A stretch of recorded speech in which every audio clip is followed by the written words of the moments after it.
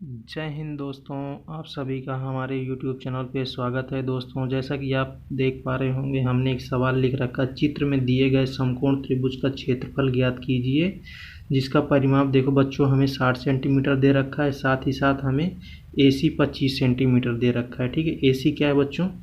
कर्ण है इस त्रिभुज का, क्योंकि 90 अंश के सामने वाली भुजा कर्ण होती है और थीटा है, थीटा के सामने लंब होती है और थीटा से लगी हुई भुजा आधार होती है।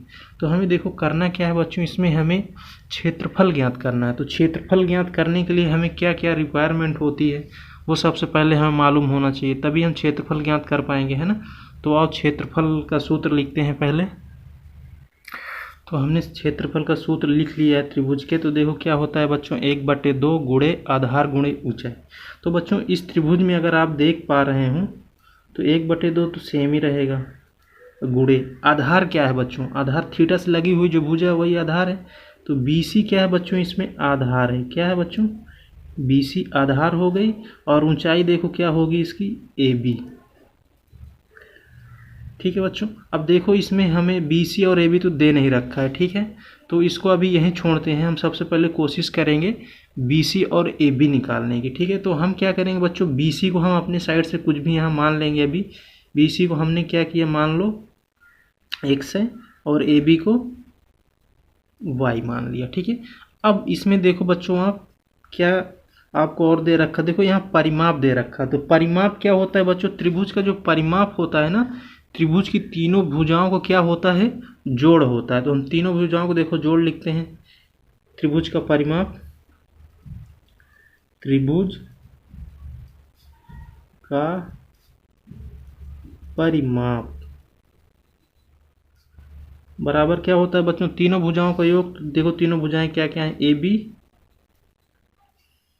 प्लस BC प्लस CA, है ना। तो देखो त्रिभुज का परिमाप तो हमें दे रखा है 60 सेंटीमीटर, तो आप यहाँ 60 सेंटीमीटर लिख लेंगे। AB देखो बच्चों हमने मान लिया है क्या, यहाँ पे Y और BC X, और CA आपको देखो बच्चों 25 सेंटीमीटर दे रखा है। ठीक है, तो इसमें से क्या करेंगे बच्चों, हम या X या Y का मान निकालने की कोशिश करेंगे, है ना। 25 को इस साइड पक्षांतर कर देंगे तो देखो क्या हो जाएगा, X प्लस Y बराबर 60 माइनस 25। अब देखो बच्चों इस तरह से ये घटेगा, 60 माइनस 25 कितना हो जाएगा, 35। अब यहाँ से क्या करेंगे बच्चों, X या Y का हम मान निकाल लेंगे। तो X बराबर देखो अगर हम लिख लें यहाँ पे, तो X बराबर क्या हो जाएगा, 35 माइनस Y। तो हमने क्या किया बच्चों, X के रूप में ही नहीं, यहाँ से ही नहीं, Y के रूप में X का मान निकाल लिया। ठीक है, इस मान का हम आगे प्रयोग करेंगे। ठीक है, तो आओ अब देखो बच्चों ये क्या है, एक समकोण त्रिभुज है। चूंकि कोण B क्या है इसमें, देखो बच्चों 90 अंश है। तो समकोण त्रिभुज में हम पाइथागोरस प्रमेय लगा सकते हैं, है ना। तो अब क्या करेंगे बच्चों, हम इसमें पाइथागोरस का प्रमेय लगाएंगे। तो क्या करेंगे बच्चों, त्रिभुज ABC में पाइथागोरस प्रमेय से लगा देंगे। ठीक है, पाइथागोरस प्रमेय क्या करेंगे बच्चों, इसको लगाएंगे। तो देखो कर्ण क्या है, कर्ण का स्क्वायर यानी AC स्क्वायर बराबर लंब स्क्वायर यानी AB square plus BC square.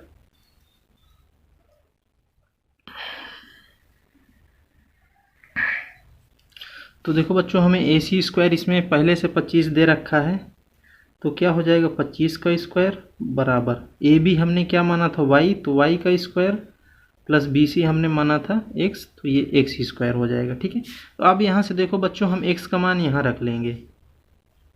तो देखो ये 25 का स्क्वायर कितना हो जाएगा, 625। ये Y स्क्वायर रहेगा प्लस X की जगह देखो बच्चों 35 माइनस Y का स्क्वायर। तो अब देखो बच्चों 625 तो ऐसे रहेगा Y स्क्वायर। अब इसको क्या बच्चों प्रसार कर देंगे, 35 का वर्ग करेंगे एक बार, 35 का वर्ग कितना हो जाएगा, 1225 प्लस फिर Y का वर्ग Y स्क्वायर, फिर 2AB यानी माइनस में 2AB, तो 35 दुनिया 70 Y, है ना। तो अब देखो बच्चों Y जुड़ जाएगा तो कितना हो जाएगा, इसको इस साइड लिखते हैं Y 2y², और ये बच्चों देखो आपका माइनस का 70y, ये आपका प्लस का 1225 बराबर में 625। अब देखो बच्चों इसको थोड़ा सा और अगर हम सिंप्लीफाई कर लें तो 2y²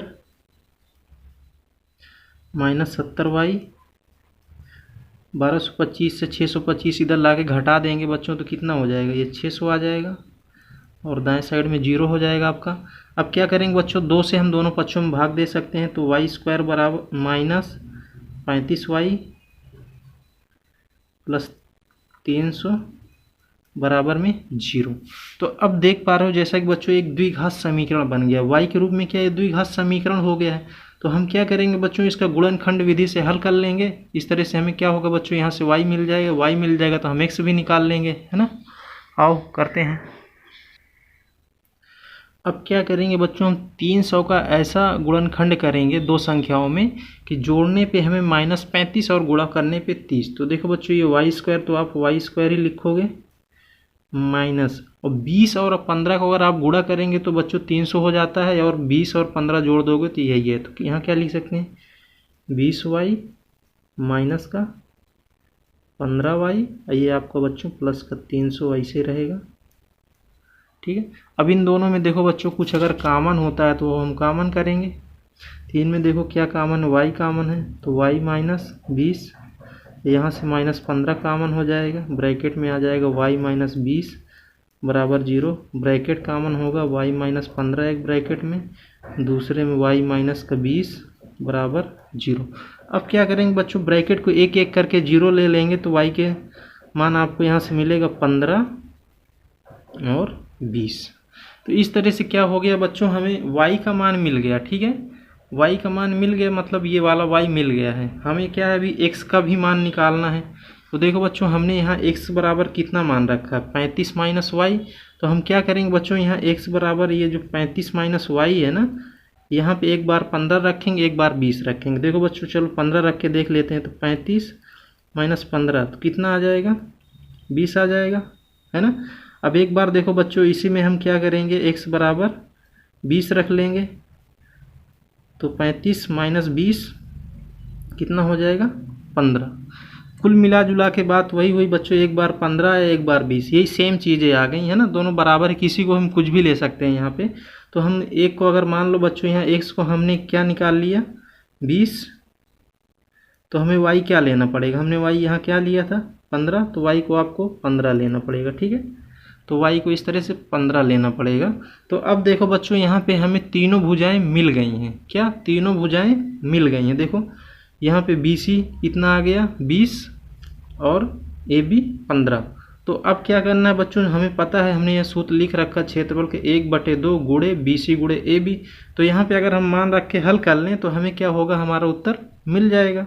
तो आओ यहाँ पे रखते हैं, देखो 1/2 गुणे BC कितना है 20 और AB 15, ठीक है।